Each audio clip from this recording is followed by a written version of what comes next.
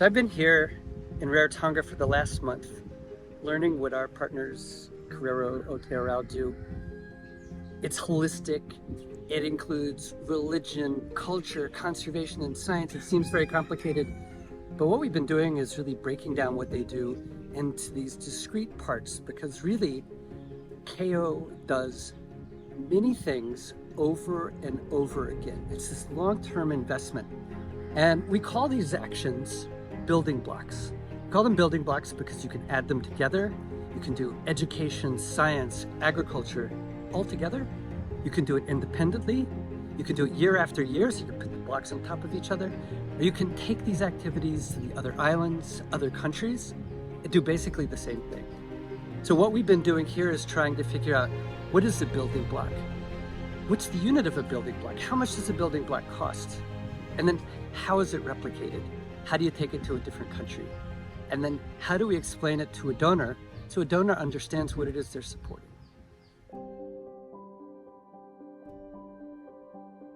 And the work that we do, it's repetitive. Yeah, like so many of our work in the marine space, on the lands, and at the education side of things, it's repetitive. No one wants to do that. No one wants to fund those kind of work. Yet it's the most important.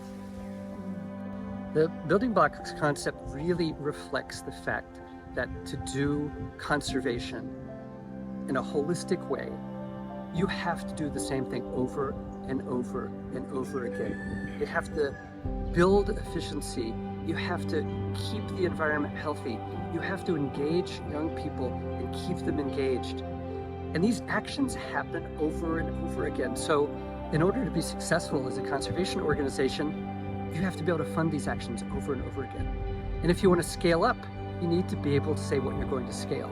So these building blocks are ultimately a scalable unit of conservation. Whether it's culture, whether it's science, whether it's eradicating crown of thorns, every conservation action that's repeated is a discrete unit. These are our building blocks.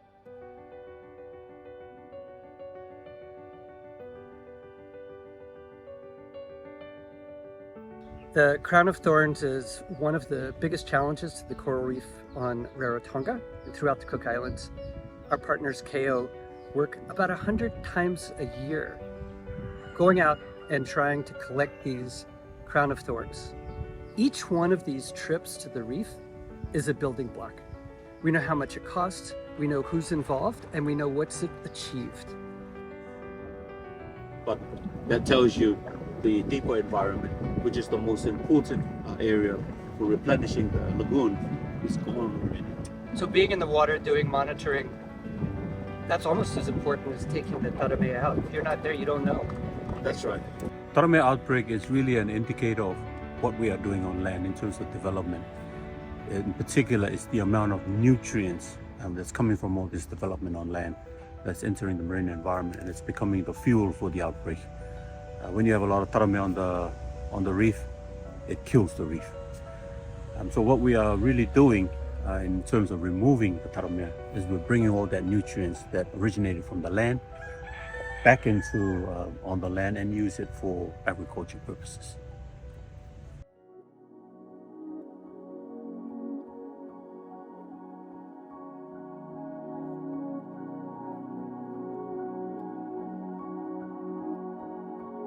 So the biggest risk for a conservation donor is not knowing whether their investment's going to lead to impact. A lot of times conservation donors are asked to fund innovation, new ways of working, pilots. What we do is we go around and we work with our partners to find out what has worked already. By focusing on those actions with known impact, we avoid that risk. We know that exactly what conservation actions are needed, which conservation actions have impact. Someone else has funded the pilot, someone else has funded the concept. And if it works, then we come in and we make sure that there's a long-term sustainability plan to get those blocks funded. By doing that, it takes the risk out of conservation investment. And by doing it repetitively over and over again, we become better at it, our partners become better at it. It means the cost per impact goes down and our ability to scale goes up. It brings joy because sometimes you feel that you are alone in this battle to protect this ocean. Hey, so the more people we bring on this vessel, the more warriors we create to fight whatever's happening around the world to protect this ocean. What we have been doing in the past few years is building our program here on Rarotonga, but the goal is to expand, to build on the other Pā'inua, the other islands in the Cook Islands. We have started already on the island of Atsu as well as Mongaya, so we've taken our programs there. This building block concept makes sense because you can shape it.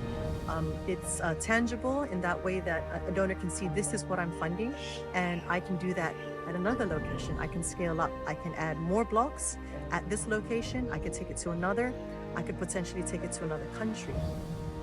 The great thing about these building blocks is you can put block beside block beside block, cover a large area of reef. You can do a block year after year, and then that's really important with crown of thorns because we know that every year that you remove crown of thorns, we find less and less and less. So the impact is cumulative. But we know that we need to remove crown of thorns in all the islands of Polynesia, and they're not doing it. We have a proven way of doing this, and our partners who are good at this can pay their knowledge forward by helping other islands do crown of thorns removal. And we know how much it's going to cost them. We can go out and find the money. And so it is a perpetual conservation impact machine that we're trying to build here with our partners.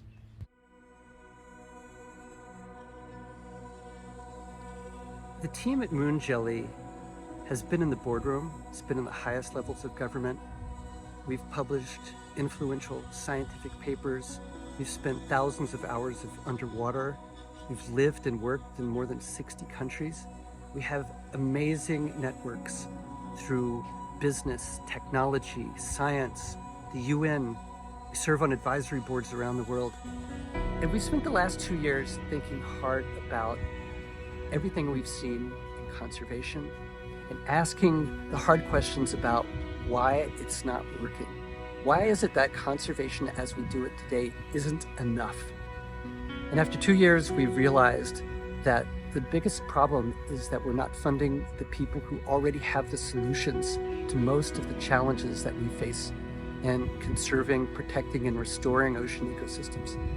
And those are indigenous people and local communities who've been managing these ecosystems sometimes for thousands of years. They know what works, they know what needs to be done, they lack the resources. And that's where we're focused. It's not about us, it's about our partners. They're front and center in everything we do. It's our job to make them the most impactful conservation organizations they can be.